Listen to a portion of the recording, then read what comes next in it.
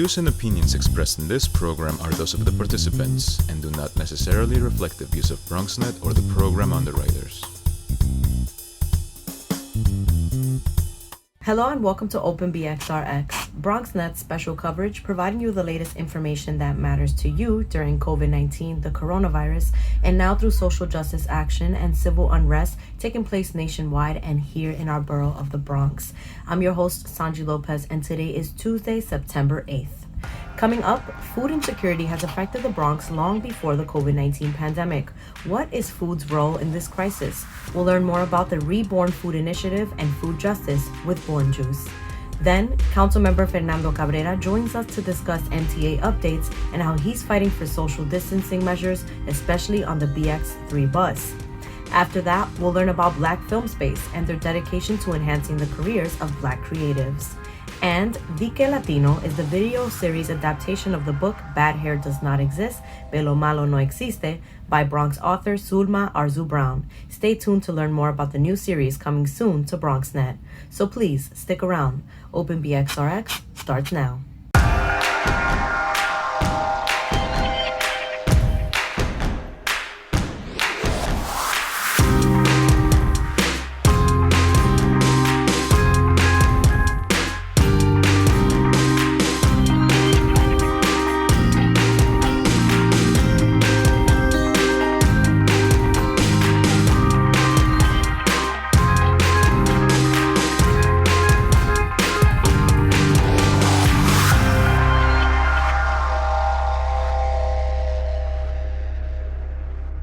Welcome to Open BXRx on BronxNet. I'm your host, Sonyi Lopez, inviting you to get social with us at BronxNet TV on Instagram and Twitter, and BronxNet Community Television on Facebook. COVID-19 has only amplified many already existing systemic issues in our borough, one being food insecurity. And as more and more families rely on pantries for food during this crisis, it is obvious that there is a need for healthy, sustainable food here in the Bronx. In response, one Bronxite created the Reborn Food Initiative. Joining us now to discuss is Henry Obispo, founder and CEO of Born Juice. Hi, Henry. Thank you so much for joining us. Hi, Sonyi. How are you? I'm doing well. How are you? First of all, I'm sorry for the loss of your father. Thank you so much. Yeah, it's within all that, I'm hanging in there. All things considered, and still working in the community even despite it all. So thank you for your strength and for moving forward. And my condolences and prayers go out to you and your family, just to start with that. Thank you. Your words really mean a lot, and it's actually also because of it that I'm actually working in the community, because I've been so impacted that I had to put the energy somewhere. Yeah, I definitely understand that. And there's a beauty in that, and that he's here with you even, spiritually. So Henry, to start, for people who are not aware, please tell us about Born Juice and your mission. Yes, thank you. So Born Juice is my baby. It is a social entrepreneurship model that is mainly based on sustainability and social entrepreneurship as a model for the greater community. We focus on the idea of hyperlocal urban farming and zero footprint when it comes to carbon for the greater good of the planet, obviously. And really it is the emphasis on all of these aspects of, I would say, sustainability is to showcase a model that people could be inspired of, but also a model that actually makes a dent in a lot of the systemic issues that we're dealing with in humanity, and obviously in our backyard here in the Bronx. Right. And Henry, when we consider our position as the unhealthiest county out of 62 counties, COVID-19 and its disproportionate impact in our borough has only amplified the pre-existing health disparities in the Bronx, as we know. Let's discuss food insecurity. What exactly is it, and what is food's role in this crisis? Yeah, so it's a tricky thing. Food insecurity, you can get a lot of, I guess, voices that can sort of tell you what it is or what it isn't. But what it is for us is a very specific thing, which is systematic lack of resources, I would say by design systems that have kept us in many ways in a very apartheid state when it comes to food. And I say that because there is a racial component to it, and the visuals and the idea of apartheid, we often reference it to, other places, but in this country, specifically in the Bronx, there is such a thing as food apartheid, where it's the idea of food insecurity, where you may not have access to certain things, and then at certain thresholds, you may run out even more than you would in normal times, where you would be sustained with very little. Also, so you'll have the sustaining normalcy of poor food options and not many places where you can have access, and then exacerbates that, and now you don't know where to get the food. Now there's less access, and by design, when you step back, you realize that it's an apartheid system that disconnects you to the very essence of life, which is food. Right. And when you speak about battling that, you're actually spearheaded the Reborn Food Initiative. What is it, and when did it come about? Can you tell us more about it? Yeah, so the Reborn Food Initiative is birthed really out of pain, and during this period, like I said, my father passed away, and as a result of that, I didn't know I had all this feeling and all this pain and all this, I would say, strain and anxiety, everything, and I wanted to do something with that. I couldn't find where to deposit it because we were all sequestered in many ways. And so one of the ways was to be of service, and with the idea now that the veil has been lifted for a lot of people, of the true inequalities when it comes to health disparities, specifically here in the Bronx, I wanted to focus on that which needed to be sort of highlighted. And the Reborn, I call it the Reborn Food Initiative, is because there is sort of like a rebirth, a reimagining of these systems, and it was specifically to target systems and how we needed to focus on local, hyper-local, how we needed to focus on self, and how we needed to empower ourselves to know that we actually have the resources if we focused on it. And if we realize that what keeps us down is actually what we need to actually sort of reverse and focus on, which is systems that work for us, not beholden to, the bigger reality or the bigger systems that, we just end up being sort of at the tail end of that reality. Right. And through the Reborn Food Initiative, you're growing food, right? And the purpose is to give that back to the community as well? Yeah, so the idea is that we're all growing and also showing, because it's sort of like a two-way thing. It's not in any way thinking about just creating, because you can't create a system when you're just giving something. You want to empower people, so you have to show that somebody from here and others are actually taking part in this, so that they can see themselves, also somebody that looks like them.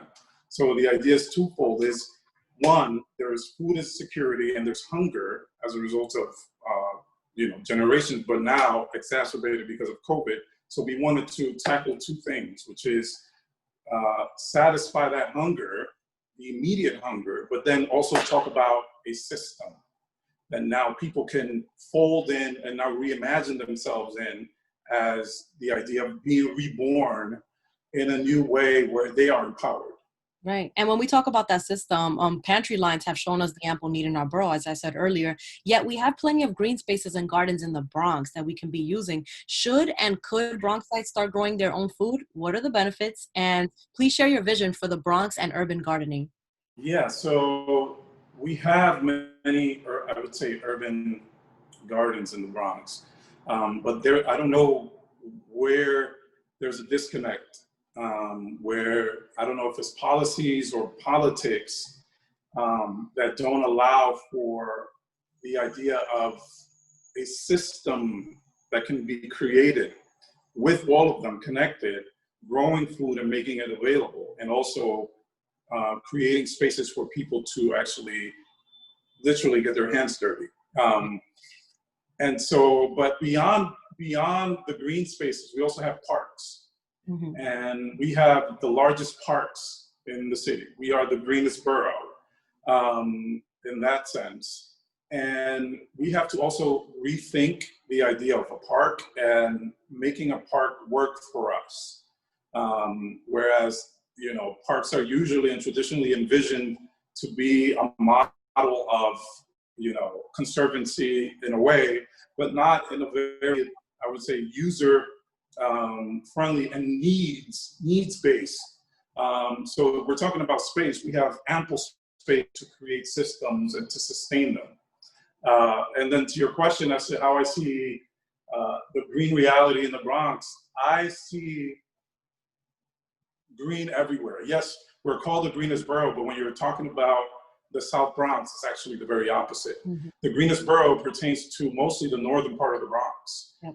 And the northern part of the Bronx and the southern part of the Bronx, as many people know watching, there is a stark difference in terms of access to green space. And that also, when you're talking about health disparities, now you're talking about asthma rates also, because there are no green lungs really in the South Bronx to cleanse the air on top of the pollution that there is. So the idea then is that since we are an urban oasis, why not take the rooftops?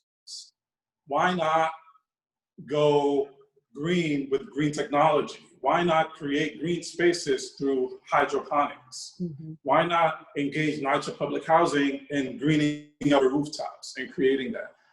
And because we have space, but in the South Bronx, we may not have the spaces for these vast parks. Right. We can take our rooftops. And my vision moving forward is for us to create a plan where we can reclaim our green spaces, but on rooftops. Henry, I wish we had more time to discuss more because you have so many ideas and you have been advocating for the community for the past few years now. So, you know, COVID-19 has only amplified that advocation. And thank you so much for your work in our community. How can people stay in touch with you and learn more about the Reborn Food Initiative? Are there any community events coming up? Yeah, thank you so much for this opportunity to chat with you and chat with everybody in the Bronx. Yes, we have an upcoming initiative, again, the Reborn Food Initiative, but we're going to have a Reborn Food Initiative harvest. And the idea is that towards the end of the month of September, we are going to invite the community and other members and stakeholders to harvest this food that we are now going to offer to NYCHA Public Housing. We're going to offer to the greater population of the South Bronx. It's a beautiful thing. And people can stay connected on Instagram and online. Yeah, you can stay connected on Instagram, on Born Juice on Instagram and Facebook, and www.bornjuice.com. And hit us up if you want to be a part of the initiative, and if you are in need of any source of nutrition or food, hit us up, and we hope to help. Thank you so much, Henry, for your time. Thank you. Really appreciate it. Open BXRx, we'll be right back.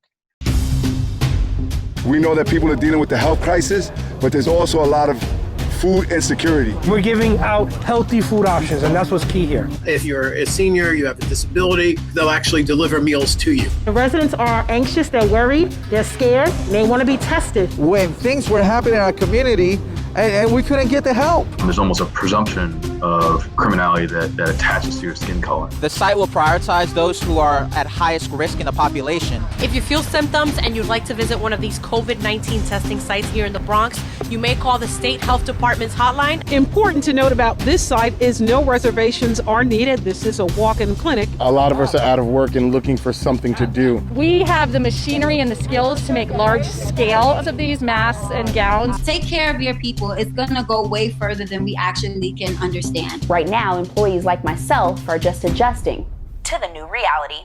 Reporting from BXRx, this is Arzu-Brown.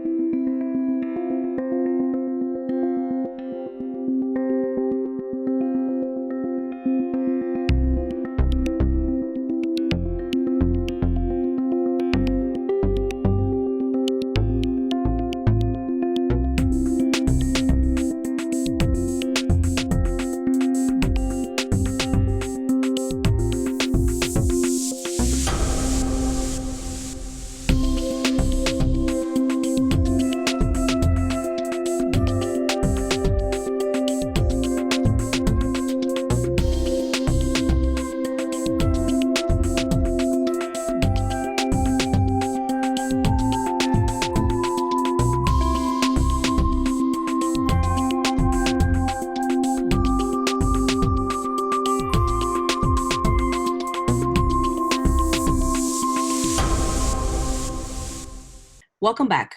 After months of serving hundreds of Bronx essential workers through the pandemic, the MTA is planning a $1 fare hike, 40% service cuts, layoffs, and as of August 31st, riders can begin to board through the front door and will be required to pay. For one council member, social distancing on buses, particularly the BX3, has been virtually impossible here in the Bronx. And he has some ideas. Welcome, Council Member of District 14, Fernando Cabrera. Thank you for joining us, Council Member. Thank you for having me. Of course. The first things first, how are you? How is your family? Well, it's been a tough season. You know, I just lost my mom.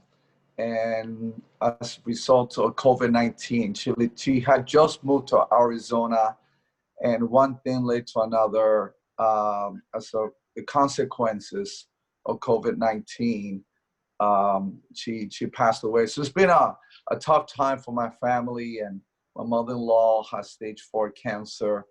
But I have to tell you, I'm just so blessed to be surrounded with friends and family, and with my faith that at the end of the day has been able to get us through. But thank you for asking. Of course, I'm so sorry for your loss, Councilmember Cabrera, for the loss of you.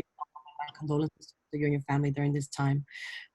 Just wanted to learn about updates on your district, not to get straight to business, after we speak about something like that, but just learning about the work that you've been doing to help the Bronx community. We've been affected disproportionately in the Bronx.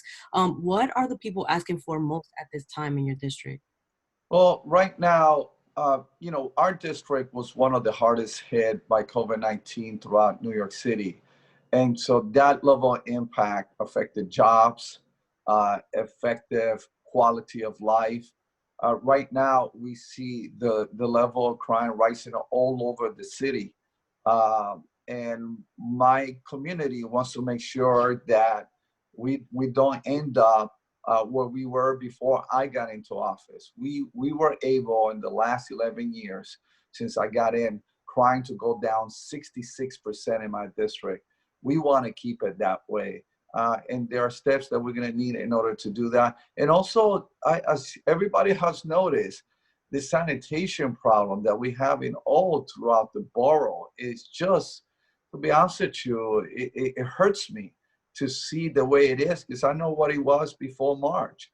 And so we are, we, through the city council, have been able to fund Wildcat. They come into certain areas, and they come in. These are formerly incarcerated men and women that they got their lives together, and they're coming in now, and they're cleaning up, and they're able to have a job at the same time. And so these are the things that are really pending. And of course, housing. And we're going to see a greater housing issue coming up as the moratorium runs out. So about 70% of the calls in my office are related to housing. Thank you for sharing, Council Member. Since the beginning of the pandemic, you have also handed out PPE and food pantry support and all of that. So thank you for helping your community always during this hard time. I also wanted to discuss that it has been, as I said in the introduction, virtually impossible for Bronxites and essential workers to social distance on MTA buses. Recently, you spoke about this issue and you proposed solutions. Can you share those with us? Yeah, I talked about BX3 right here, very close to where I live. So I see it when I drive by, or people in my community see the problem. BX3 is jam-packed. It's considered the busiest, most filled bus route in the entire Bronx, and one of the highest in the entire city. It's ridiculous that we have a situation where we are being told to social distance, and at the same time, we don't have enough buses in order to do that. We have reached past the critical mass. We need to have more buses dedicated here. Look, we lost 2,000, the MTA lost 2,000 drivers they were infected by COVID. And we can't put them in that situation. We can't put our residents there already. And many of them are essential workers. So, they're forced to go to work. And so we need to change business as usual. And as a council member, what will you do to bring funding to the MTA for these suggestions? We need funding for the MTA to get those buses that you're proposing as well. Well, the reality is that they have the buses right now. What they need to do is go to those bus routes that right now they're basically almost empty, and they have buses lined up. We see them one behind the other, and get some of those buses to come to the BX3 because otherwise, especially now with the fall, the flu is coming. People tend to be more indoors than outdoors, so they're going to be more vulnerable to COVID-19 again. We don't want a part two. We don't want a second wave. And it's a simple solution to this problem. What are your thoughts on the proposed dollar fare hike? The MTA will start charging $3.75 soon, and impending service cuts, as well as essential MTA employee layoffs. What are your thoughts on all of that? It's staggering that people are hurting financially like never before. We are in a recession that is going to last about 7 years. Then, on top of that, you're going to increase the fares by $1. The solution to this problem is that the federal government has to step in. They're the ones who told us to shut down. At the end of the day, we're going to need between $40 to $60 billion in the next 5 years. We are in need right now, $20 billion right up front. Otherwise, we're going to have a really bad situation. And let me just jump and add for the city as well. I want people to know that we're still in the hole. And if we don't get federal aid, there's going to be 22,000 people being laid off from city jobs. So it's crucial that Congress and the president step in, and we're sounding the alarm that we're running out of time. We're talking about just a month from now, things are going to get tough unless we get that help ASAP. And with that being said, Council Member, can you just remind us of the importance that our votes will make this upcoming election season? I'm telling everybody, step up. Let's vote. I always say you can't complain unless you vote. Your vote is power. You want your community to be recognized? Vote. You want your community to be taken serious? Vote. You want to see changes take place? Vote. Vote your values. Vote what you believe is the best for your future and for the future of our community. Let's step up. Let's go forward. I chair governmental operation. I just talked to the director of the Board of Elections, making sure that early voting and election day, everything is lined up to making sure we don't have long lines. Please, let's step up. It doesn't take that long. If you want to vote from home, you can do that. If you want to vote early voting, you could do that. Right now, we really have no excuses. We have so many options. If you want to vote on election day, do that. But, words without action is dead. So this is our time to really step up and to say, I'm going to vote and make my vote count. Thank you so much, Councilmember Cabrera. Before we go, how can your constituents get in touch with you and your office if they need any help at this time? Right now, council member offices are closed due to COVID-19. A lot of offices are very small, so we can't practice social distancing. However, I want to let you know, I get calls every single day, and this is what we're asking people to call at 347-590-2874. That's 347-590-2874. And we will get to you with quickly. We check our phones, the voicemail, every single hour on the hour to making sure that we can get back to you, and we will move into action and help you in whatever you need. Thank you for your time today, Council Member. Please be safe and be well. Muchas gracias. Thank you. We'll be right back, folks. This Bronx-based running group, Bronx Soul, gives joggers and walkers a weekly opportunity to work out while offering a quick history lesson on our favorite borough, the Bronx. Founded in 2016, co-founder Justin describes the collective as the running group for non-runners. We found out that the Bronx was the unhealthiest county in the state of New York. We wanted to do something for the community. Since no one else was doing anything for us, we decided to start a running and walking group. Even through the pandemic, Bronxites can stay healthy. We're Bronx Soul. That's right, Justin says Bronx Soul runs will continue as planned despite the given circumstances with COVID-19 by using social distancing measures to make sure everyone is safe while being active. 73-year-old jogger Angel Martinez has been a member of the group since the beginning of the initiative. Martinez says it was important to put today's run together to support the Black Lives Matter movement in the Bronx community. Together we've made a difference. It's important for us to, communicate with the community and let them know that we're here to support them, and also most of the time we clean the park. You can stay up to date with Bronx Soul by following them on Instagram at Bronx Soul.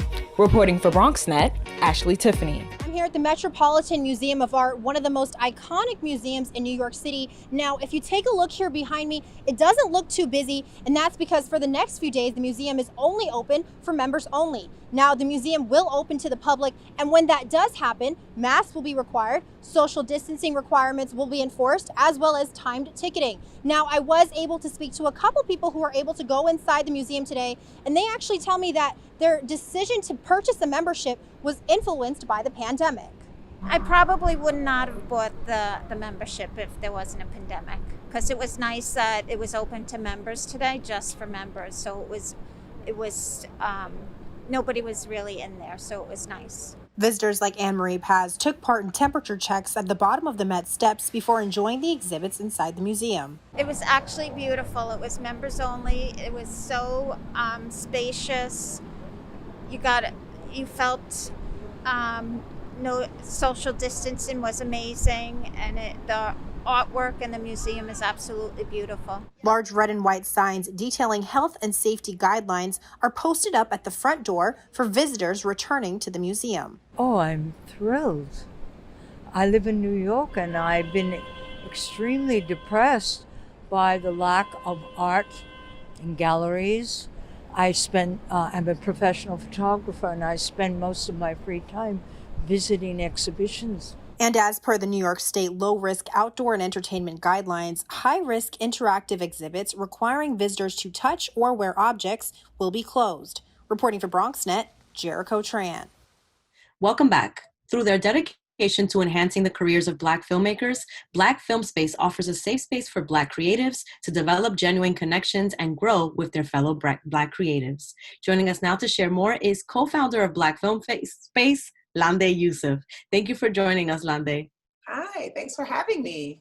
Of course. First, for anyone who's not familiar, I gave a brief introduction, but can you tell us a little bit more about Black Film Space and your mission? Sure.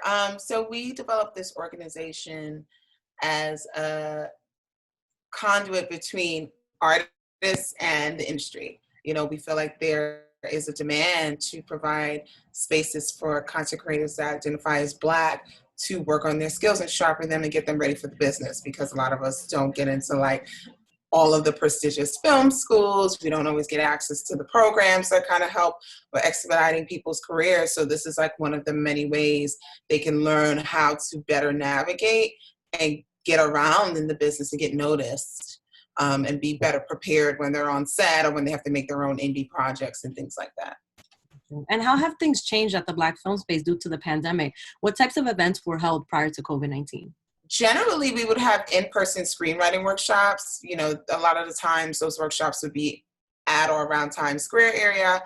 And now everything has been virtual. You know, we used to do in-person panels, discussions, workshops, where we would meet in groups, but now it's like nothing is in person. Everything we've done has been transferred to the web space. And if we can't do it online, we don't do it. And it's been a blessing and a curse. You know, obviously it's not the same as having things in person and people being able to like network at the level that they could have when we did do in-person events. However, we do have a much larger reach. Like we're reaching people from all over the world. You know, there are people from UK, Canada, Africa, joining our organizations, or other states that don't have as much of a film industry or film presence, like Texas, you know, the Midwest, some of the Rocky states, you know, so it's been really, really nice. Florida has been another state where a lot of folks have been showing up, DMV, Virginia, you know, you name it, any of the various states in America that we haven't thrown events in, you know, we've had a presence, which has been really, really nice. Right. Oh my God, that's amazing. So I know that you're also hosting virtual screening workshops. So you've transitioned the workshops that were in person to this virtual space. What exactly are these virtual screening workshops and who can participate in these events? Sure. So, you know, obviously we service content creators of African descent, but generally if, you know, once we make the announcement, typically on our emailing list or on Instagram, folks would submit their scripts. We require that it's a 10 to 15 page excerpt of a project. It could be any format, pilot, short film, feature film, it doesn't matter. As long as it's 10 to 15 pages and it's, you know, essentially a sample of your script. Once you're selected, it's on a first come, first served basis.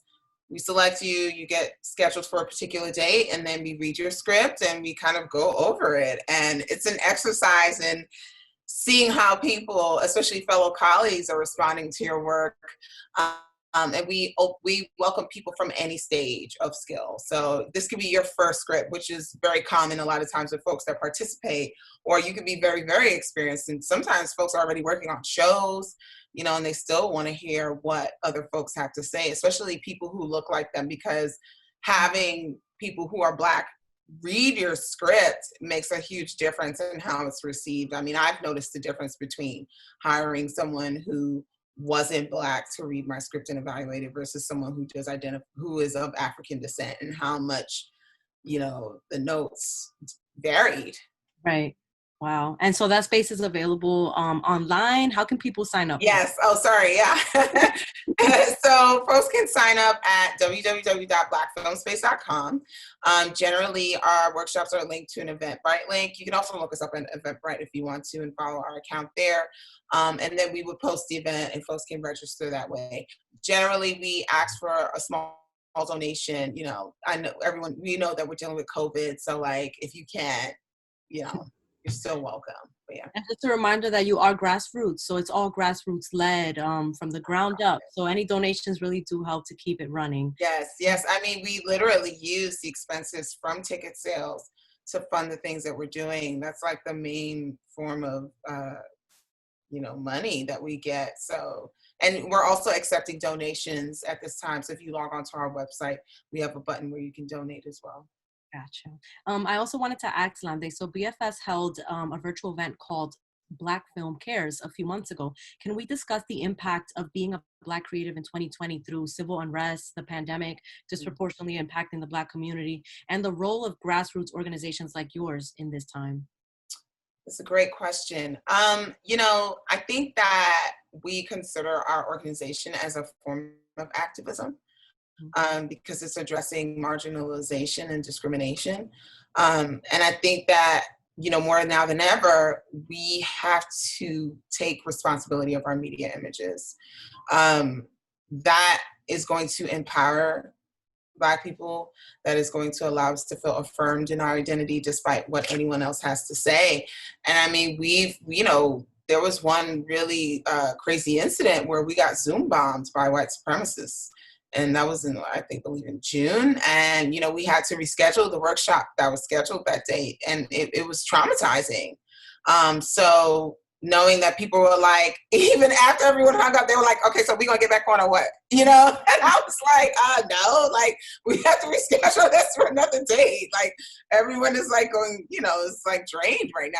Yeah. But our community was like, anyway, all right, so moving on, like screw those people. Like one of our members, because I was like dealing with people calling me, trying to check on me.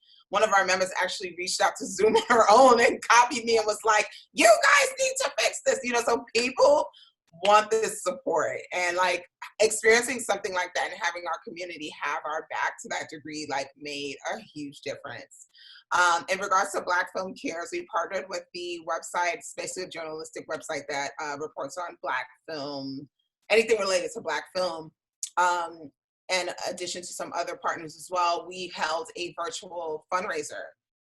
So Black filmmakers screened their shorts, and throughout the shorts, we were raising funds for another potential filmmaker. So we were able to raise $2,000 through that drive, and we're actually currently in the process of choosing the recipients for the prize. So we should be announcing that likely in the next week to 10 days, which we're really excited about. But yeah, it's to hear that even through virtual space, they're still subject to all these attacks from white supremacists, and you still offer this safe space for a lot of your attendees, and right. They didn't want to leave because that was a safe space for them. So it's amazing to hear that. Crazy.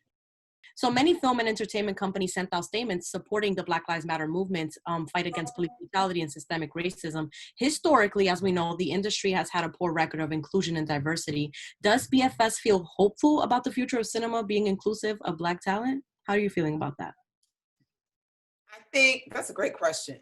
Mm-hmm.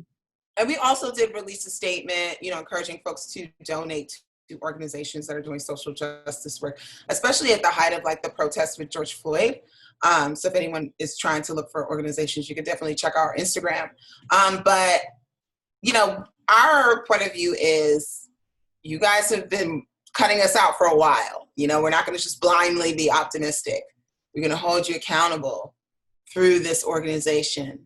Show us, what you're capable of. I mean, we have had a lot of white allies like randomly reach out to us, executives, producers, other actors, and some have given us money too. But systemically, we're still looking to see what changes come about. We want Black content to be more than just a trend. We want positive imagery of Black people not to be more than just a drop in the bucket or a temporary moment. We want that to be the standard of how we're depicted on film and television. That's something that both the founder and I are very passionate about, and a lot of our members as well. Thank you for sharing, Lande. Before we go, how can people stay connected with you and support Black film space during this time? Absolutely. So again, you can log onto our website at blackfilmspace.com. If you want to join our emailing list, just email us at info@blackfilmspace.com. We're also on IG at Black Film Space, Facebook, Twitter as well, same handle. And yeah, if you want to get in touch with me directly, you can email me at lande@blackfilmspace.com. Thank you, Lande, for your support and for being just community inclusive and holding this space for Black creatives. Thank you for acknowledging the work that we're doing. Really appreciate it. Of course, thank you. We'll be right back with Open BXRx. Who's most at risk for coronavirus? People over 65, people with underlying medical conditions like heart disease, chronic lung disease, asthma, diabetes, people undergoing cancer treatment, and people with weakened immune systems. What should you do if you or a loved one is at higher risk? Avoid close contact with people. Avoid crowds. Stay home if you can. Wash your hands frequently. Learn more ways to protect yourself and others at coronavirus.gov.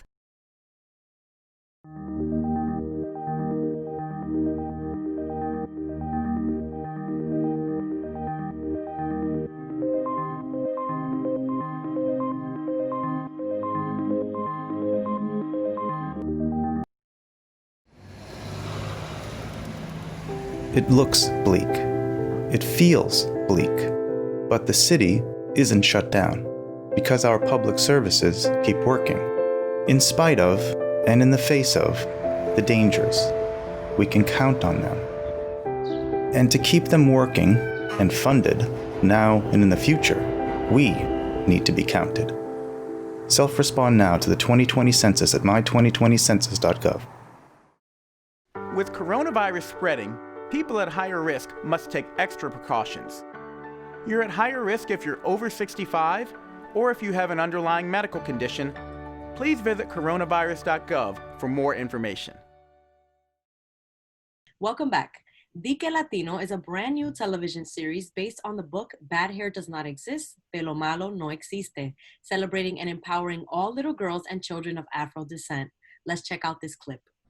Hello, my friends. My name is Sulma Arzu-Brown, and I am the author of Bad Hair Does Not Exist, Pelo Malo No Existe.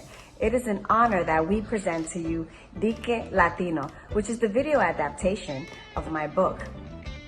Please keep in mind that all of this was shot during the 2020 COVID-19 pandemic. So yes, all the actors that you're about to see are literally quarantined in their home.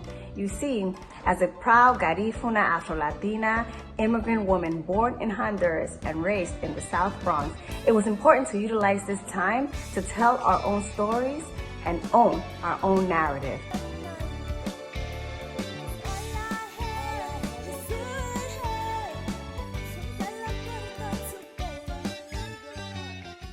Joining us now to share more about this series are Sulma Arzu-Brown, executive producer and writer, Meiling Macias-Toro, executive producer, and Link Blake, co-writer. Thank you all for joining us today. Happy to be here. Our pleasure. Thank you. Start, Sulma, can you tell us a little bit more about the book, Bad Hair Does Not Exist, Pelo Malo No Existe? Sure. Pelo Malo No Existe, Bad Hair Does Not Exist was actually birthed because of a situation that happened when a caregiver labeled my daughter's hair with the colloquial term bad hair or pelo malo. Did she mean it? Absolutely not. But I realized that it was a term that had to stop. So what better way than to educate our whole entire community and empower my girls and all the little girls than to give them proper vocabulary, right? Uplifting vocabulary so that we can all participate in elevating ourselves, each other, and the community that surrounds us. Vocabulary such as long, short, straight, curly, those are important words, and those are definite substitutes so that we never have to use pelo malo or bad hair to describe, our natural hair or any child's hair. Sulma, thank you for sharing that because, I wish that I had this book growing up. We faced a lot of the connotations of having natural hair and not really being happy with it as little girls because of the way society kind of branded us with these names that are really hurtful. But that book and your book and the series means a lot. So without further ado, we have a new exciting production coming to BronxNet. Can you share more about Di Que Latino? Di Que Latino is actually the video adaptation of the book. It's about pretty well-to-do Bronx family marketing executive, owner of an architectural firm that really sheds a positive light on the many colors of the Latino community. It really brings to life my path and my story as an author and all of those beautiful stories that I've learned through all the speaking engagement that I've had. So it encompasses the story of our Latino diaspora. So if I were to describe it, it's pretty much what the Huxtables did in the 1980s for the African American family. Di Que Latino is doing it through the Amigo family for the Latino community and all families as a whole. The characters are family-based. It's a loving environment, and it's how todo comienza desde la casa, right? And how we bring it out to make our community a beautiful place and to make the changes that we want to see in the world. So Di Que Latino pretty much tells our story, and we as a team decided to own our own narrative, and that's what we created. I love it. I got a sneak peek, and I'm not going to give too much away because you guys have to wait until September 15th for the premiere. But you are a proud Garifuna Afro-Latina, as we know, Sulma. How is your work influenced by your culture?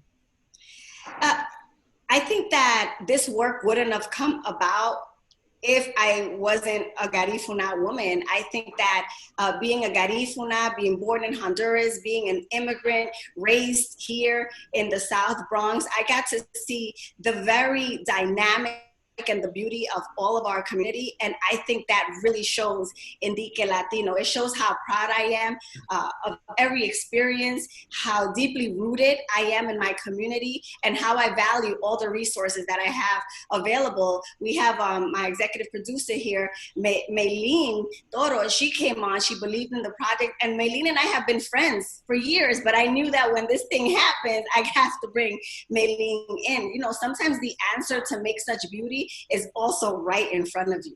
And it was. So I was able to utilize a lot of Bronxites, you know, Rena Valentin, who's also a part of it. We were able to have Marilyn Camacho, Victor Cruz, Savannah Rose, which is a new actress in the scene. We also have we also have Alyssa Cheatham, who is now the voice of a Nickelodeon show premiering here in September. We have Jesus del Orden, the skater boy who just finished his run as Simba's the Lion King in Broadway. We have J.I. Star, director Louis Cruz. I mean, we have like the best of the best people who really believed in it. And more importantly, they saw themselves in this project. So they gave it their heart, and it was amazing. And Meiling will talk to you about how we made this happen. Meiling, I actually wanted to ask, I learned that the production started through the pandemic. What challenges did you all face, if any, during the taping of the show? Well, you know, we were home for the first 2 weeks right after, I think, when we went all in around March 11th or 12th, where, you know, the governor said everyone has to stay home on lockdown. And like a week later, you know, Sulma saying, wait a minute, we have to do something. You know, we can't just sit here and do nothing. And when she challenged us to say, hey, can we get a group together? Do you have a director that can do something like this? And I go, yes, as a matter of fact, I know a crazy person like myself that can take this on. His name is Luis Caballero. I introduced her to him. She loved him immediately. I think the whole team really enjoyed working with him because he's a hard worker, very experienced. I mean, he's definitely done everything from Hector Lavoe and La Lupe off-Broadway with the Puerto Rican Traveling Theater, and he has extensive film and theater background.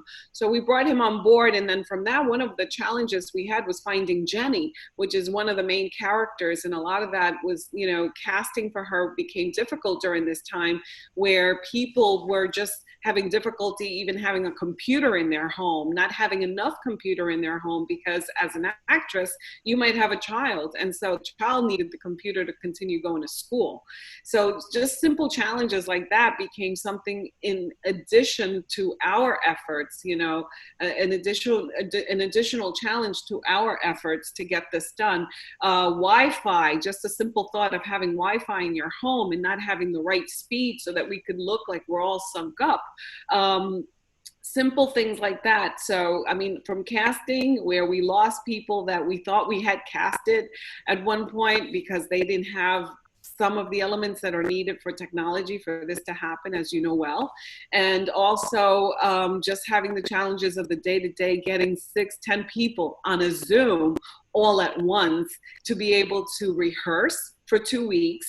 We rehearsed for 2.5 weeks, and then on the third week, we recorded for 1 as a dress rehearsal and 2 the final day of the full Zoom recording, where people memorized their lines, people were really prepared. The director was totally taken aback with the performances from all the actors.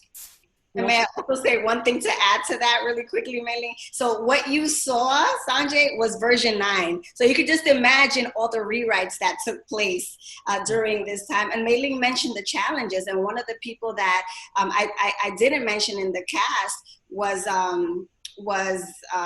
Lola. Lola Fuentes, which is, you'll see, you know, Jenny Amigo's best friend. And, you know, her father passed away during this because of COVID, right? So it was very important to make sure that we, that we honor Julia's father. Julia's her real name. Julia's father during this, and it was, and we gave her the option. Julia, you don't have to do this, and she said, no, I believe in this, and this is kind of my getaway and my escape. This is how I breathe from everything that I'm dealing with. Yes. There were times that rehearsals were met by her simply because, she wanted to be on top of her father's case. So literally the week that we were recording, she lost her father, and that weekend we had to tape, and she taped it with, honoring her father and feeling like this is a legacy that she wants to leave behind during this time, and have him in mind during this time. So it was very challenging. Plus, I think that Zoom at that time, we weren't all experts on it. We all had not even appeared on Zoom yet. So this, just knowing to be a narrator, I mean, I do a voice, then we brought on J.I. to do another voice. And the actors, and just combining all the elements of technology while performing, having two computers to make it happen, doing it at night so that hopefully it's silent and you don't have kids running around, a dog barking, or someone vacuuming and disconnecting your Wi-Fi. Like you said. I love it. I think you all did an amazing job with all the circumstances, and I'm glad that it was a healing space as well to have this show go on for a lot of your cast. I wanted to learn also, Meiling, about the importance of representation and culture and how Dique Latino will celebrate both of these things. I think that we definitely are celebrating a lot of our sisters and heritage, and fathers. Important, I had the same situation when I was little. I was called, mira, quédate quieta, ese pelo malo, when they used to comb my hair every day, So we're honoring our grandparents, we're honoring our parents that have Afro descent as a Latino family. We're also being very inclusive, and I think that it's time to take our story and our narrative into mainstream, and this is what this does. And I know, Sulma, you could take it on to even elaborate further, because this is there's a lot of passion for why this is so relevant with this time. Right. No, absolutely, Meiling. We want it to be as inclusive as possible, and actually, we, my spirit, right, and as a darker-skinned Afro-Latina with coarser curly hair, it was challenging for me because we wanted the main character, played by Marilyn Camacho, to be a darker skinned Afro-Latina, kind of representative of who I am and my daughters. And as we cast members that look like her, it just didn't pan out properly. Whether the technology, the experience, they had to be able to carry this role within a 3-week period. And we finally got Jenny Amigo, and one night, entonces, later on that night, I get a text that, someone in her family got COVID and she couldn't do the role. So I said, at that point, I had to rely on my spiritual being, right? And I had to say, God, give me Jenny Amigo, and whoever comes, that's who I'm taking. And later that morning, I received a picture of Marilyn Camacho, and I'm like, you're kidding me, right, God? Right? So it's like, she's lighter skin. She's everything the opposite of what our vision was for Jenny Amigo. So that opened up a really deep conversation between Marilyn and myself. We had to get Sister to Hermana together. And she expressed to me how she was even uncomfortable taking on this role because she spoke to a couple of her friends. And because she's a lighter skinned Afrodescendiente, her friends or the people she had around her basically said, you should not identify as an Afro-Latina because you're not dark enough, right? And when she told me the story of her grandparents, as a person who values ancestors and the older generation, I said, well, today we're gonna make your grandparents proud, because there's no way I'm gonna tell abuela and abuela that you're not Black enough to play this role.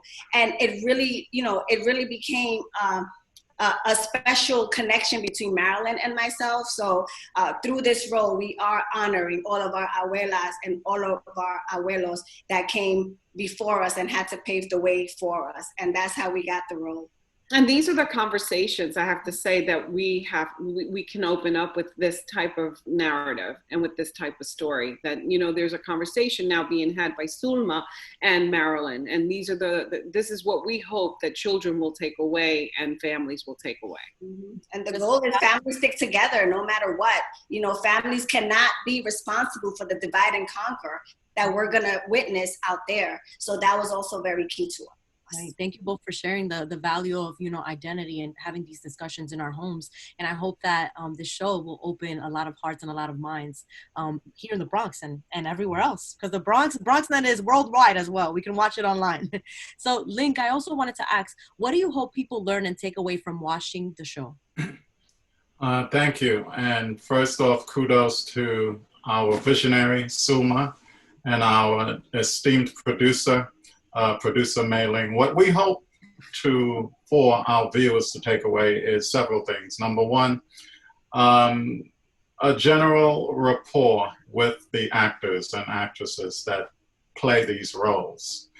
We'd like our viewers to take away the entertainment value of the piece, the educational value of the piece. And then from a more broader socioeconomic standpoint, the fact that this piece, we hope, will also be an educational tool for corporations that so impact our community. These are some of the things we hope fundamentally our viewers will take away. And before we go, when is Dique Latino premiering here on BronxNet, and where and how can we tune in?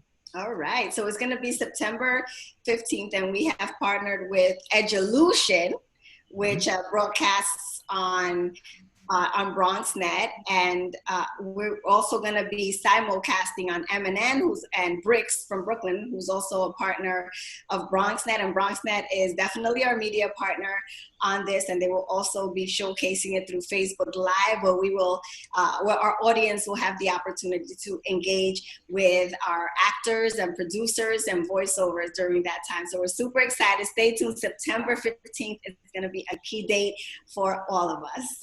Thank you. Thank you all. Sulma, before we go, where can people check out and purchase your books as well?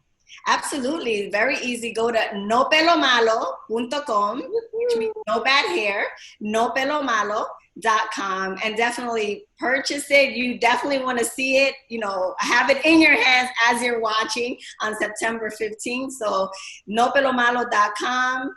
The link is there, and I look forward to seeing everyone holding up their books while we watch together. Thank you all so much for your time today. Thank you for sharing. Thank you. Thank you. Again, thank you. Again, Dique Latino will be premiering here at BronxNet on Tuesday, September 15th. You don't want to miss it. That's all for our show today. Thank you for tuning in to BXRx. I'm your host, Sonyi Lopez, wishing you and your family safety and wellness now and always.